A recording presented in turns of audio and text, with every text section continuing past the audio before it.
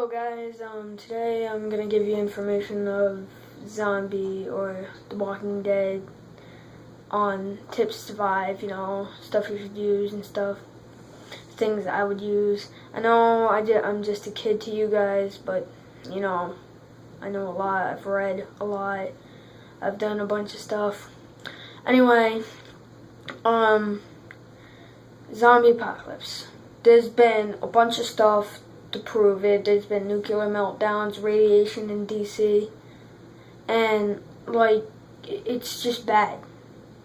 That zombie thing that happened, the basalts, that's just a government excuse. But what do I know, right?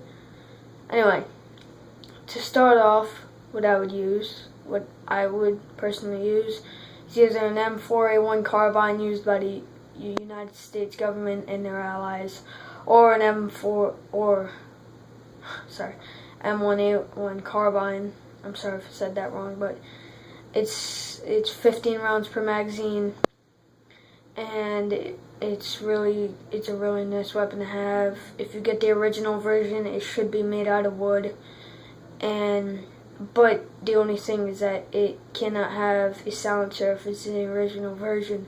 But if you get the modified version, you can't clip the silencer, and you can do that kind of fun stuff with it. But weapons, those are for emergencies, I think. Because, you're shooting off rounds, those are loud. Even with the silencers. They don't go like, boom, boom. They're not quiet. It's not Call of Duty, guys, or Battlefield, or stuff like that. It's loud. So you're still gonna attract attention to yourself. So those are last resort weapons. For melee weapons, I would use machete. A machete, katanas, though you can't really find real life katanas, even if you go to a store and they say that, oh yeah, it's real, it's ready for action. It's not, it's just for show. But a machete, 2 pounds versus 10 pounds for a chainsaw. We'll get to the chainsaw in a little bit, but a machete, it's a couple feet, it's light, and you have to train with it. You have to get used to slicing with it, and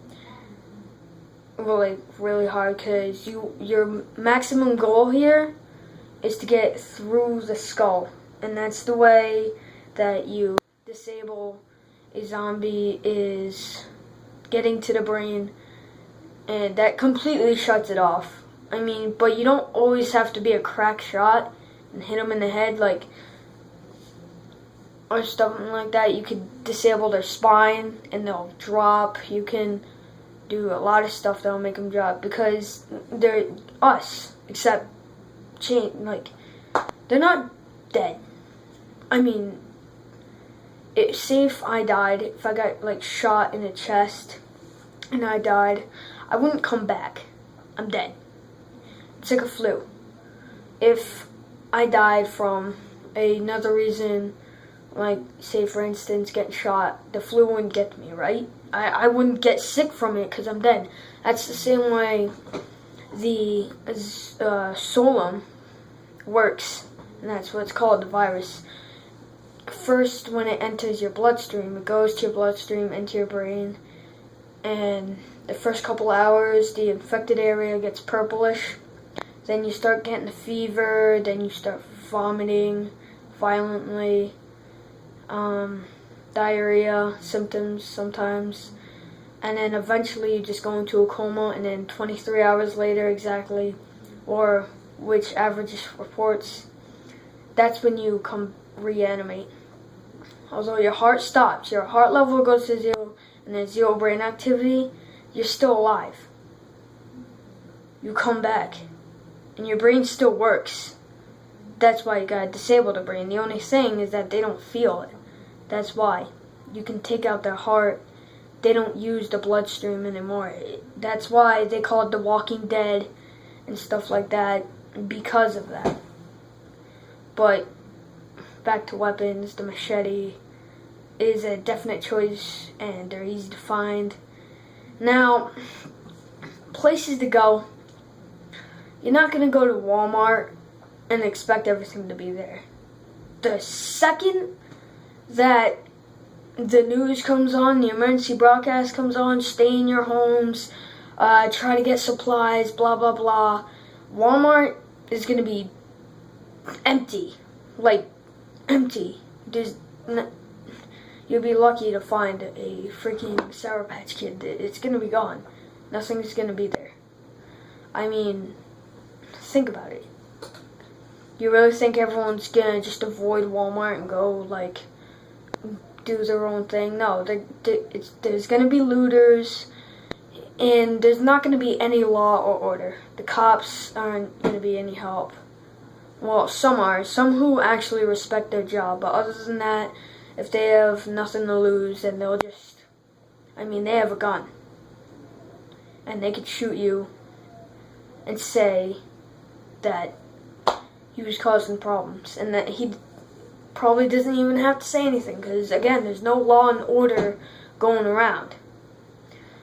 Well, yeah, so I would suggest that you stock up beforehand. I'm not expecting you to have a secret, like, base and have all rolls of toilet paper and stuff like that, but just try to, like, make at least one closet or something full of food and supplies, stuff like that. I'm not expecting you to have a whole wall of, like, machine guns and grenades and stuff like that now. Plus, you don't even want to use a grenade or guns for that instance, but still. Anyway, yeah, so places to go, you might want to cross Walmart off your list, or any of that, Stop and Shop, Shaw's, anything like that, because it's going to be empty. Yeah, and that's pretty much, those are the 2 sections I'm going to do right now, and if I get a couple likes, then I'll do another one. So, thanks for watching, hope you liked it, and if you have something crude to say about the comments, just put it lightly, don't, like, F me off or something like that. I just want to know. You know, just what I'm doing wrong or right. Alright guys, thanks. So, see you next time.